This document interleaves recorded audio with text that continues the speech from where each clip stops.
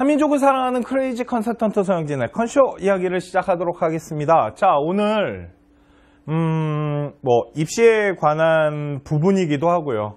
그리고 제가 컨설팅을 할 때 가장 중요시하는 것을 하나 좀 말씀드리고 싶어서 이렇게 방송 앞에 섰습니다.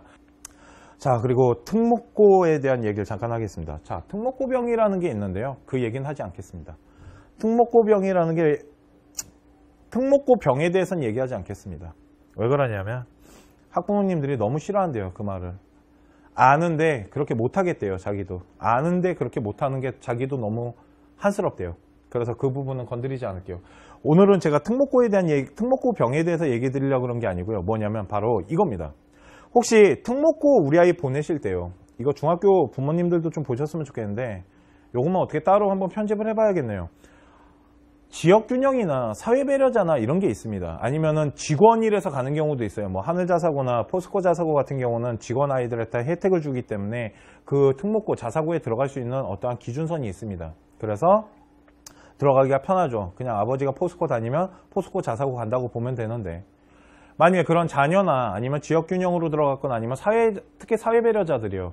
제가 사회배려자를 무시하는 게 아닙니다. 만일 이런 겁니다. 우리 아이가 사회배려자입니다. 사회배려자예요. 어떠한 경우 뭐 다문화가 될 수도 있고 뭐 장애가 있을 수도 있고 뭐 우리 아버지가 국가유공자나 하여튼 이런 사회배려자예요. 그런데 중학교 때 공부 능력이 만일 상위권 아이가 아닌데 우리 아이는 상위권의 실력이 안 되는데 만일 사회배려자로 특목고 보내시잖아요. 그러면 특목고 들어가서 아이가 얼마나 개고생할지는 생각 안 해보셨죠? 정말 완전 고생해요.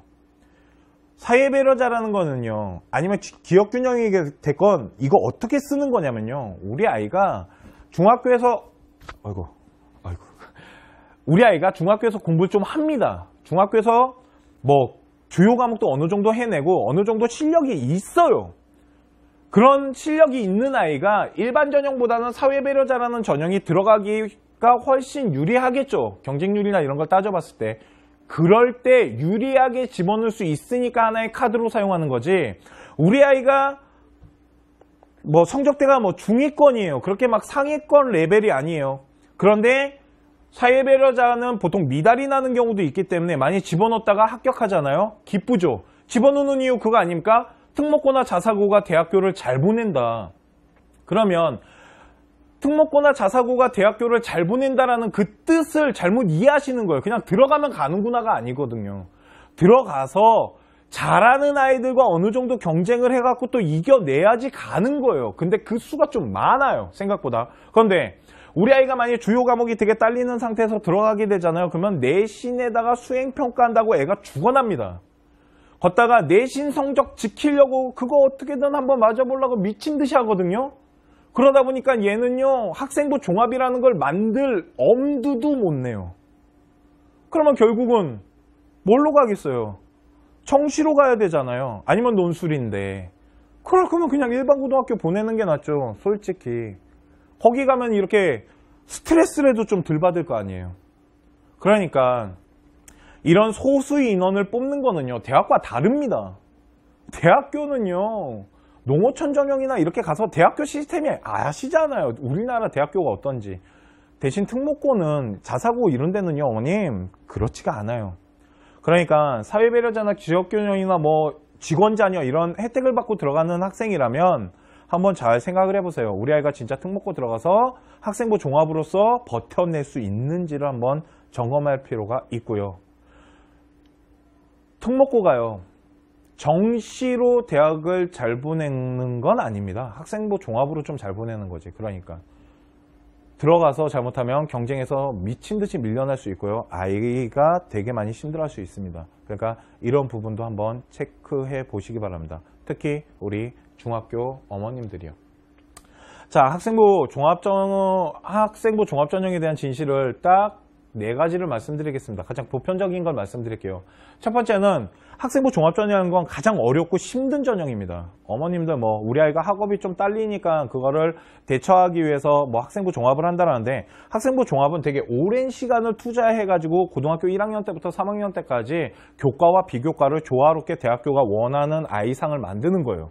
그렇기 때문에 결코 쉬운 일이 아닙니다. 그리고 학생도 학업뿐만 아니라 비교과를 챙겨야 되는 부분이기 때문에 되게 많은 활동을 하고 되게 힘들어요. 그러니까 학생부 종합전형을 많이 준비한다라면 고3이 됐는데 학생부 종합전형을 한번 생각해 보겠다? 그런 말은 이제는 통하지 않아요. 몇 년 전에는 통했습니다. 몇 년 전까지만 하더라도 학생부 종합전형에 대해서 아이들이 준비하는 게 되게 없었거든요. 하지만 지금은 이런 컨쇼나 이런 입시 이런 거에 대해서 워낙 정보가 많이 오픈됐기 때문에 아이들 나름대로 엄청나게 지금 준비를 하고 있고요. 제가 학교나 이런 뭐 지방에 가고 강연회 하면 걔네들 듣고 준비할 거 아니에요. 그러니까 이제 준비하는 레벨이 좀 올라갔다라는 거죠. 그러니까 1학년 때부터 준비하는 아이들이 있기 때문에 옛날처럼 그런 데이터 갖고 대학을 보낼 수가 없더라는 거예요. 그러니까 가장 어렵고 힘든 전형이고요. 되게 오랜 시간을 투자해야 돼요. 그래서 어렵다라고 말씀드리는 거예요. 꾸준한 길을 가야 되거든요. 학교 성적도 챙겨야 되고요. 그리고 학업 공부의 대피처가 아니에요. 내가 공부를 못하니까 이걸 통해 가지고 학생부 종합으로 대학 레벨을 높여야지.